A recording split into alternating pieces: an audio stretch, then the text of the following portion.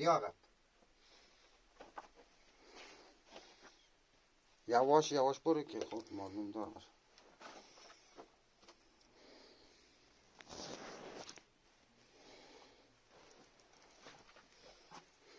یواش برو، یواش یواش. مالامو میارم.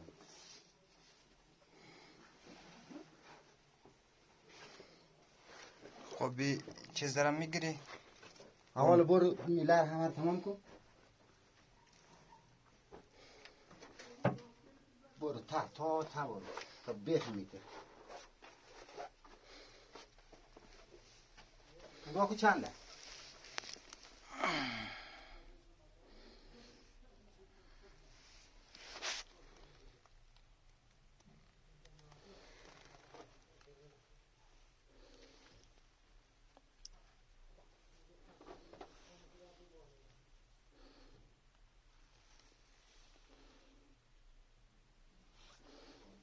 تا اینجا 8 متر.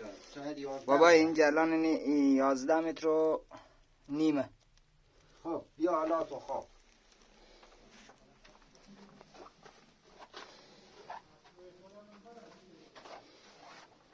تا برو نگردیم شد. درست اینجا گوشه درست کن سایه دیگه. خب بیره خب باید متر بگیری چند است؟ نه این نمیخواد. 3 متر.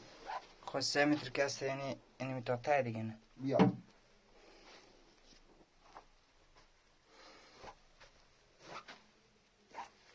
بیا اونسو. خب بیره که یک دفعه گرفته. سایه دیگه.